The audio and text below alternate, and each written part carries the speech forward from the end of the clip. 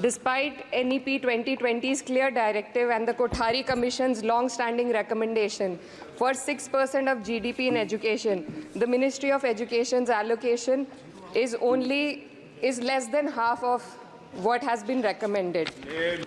Ma'am, पिछले 7 साल में देश भर में 70 पेपर लीक हुए हैं, जिससे 2 करोड़ युवाओं की ज़िंदगी बर्बाद हुई है।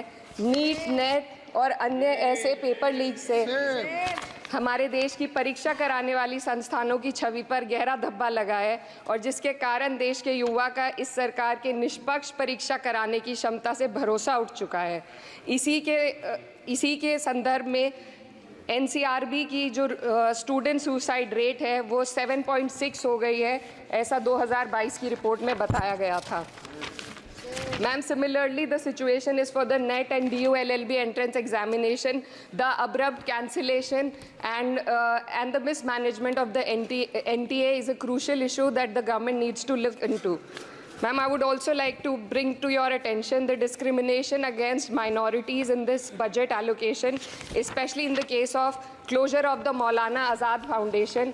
Despite the Prime Minister's vision of minorities progressing with Quran in one hand and computer in the other, this undermines efforts to boost educational opportunities.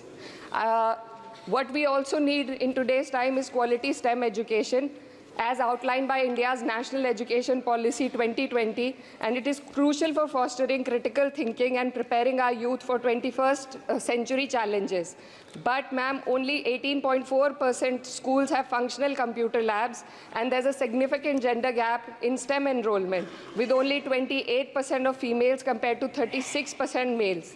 While the government now promotes Digital India, it would do well to take a leaf from the Samajwadi Party's government under Akhilesh Yadav ji, which began distributing free laptops to class 12 students in 2012, effectively combating computer illiteracy and bridging digital divide in rural Uttar Pradesh. Educational freedom index में भारत की स्थिति काफ़ी हद तक खराब है। हमें निचले 30% देशों में रखा गया है।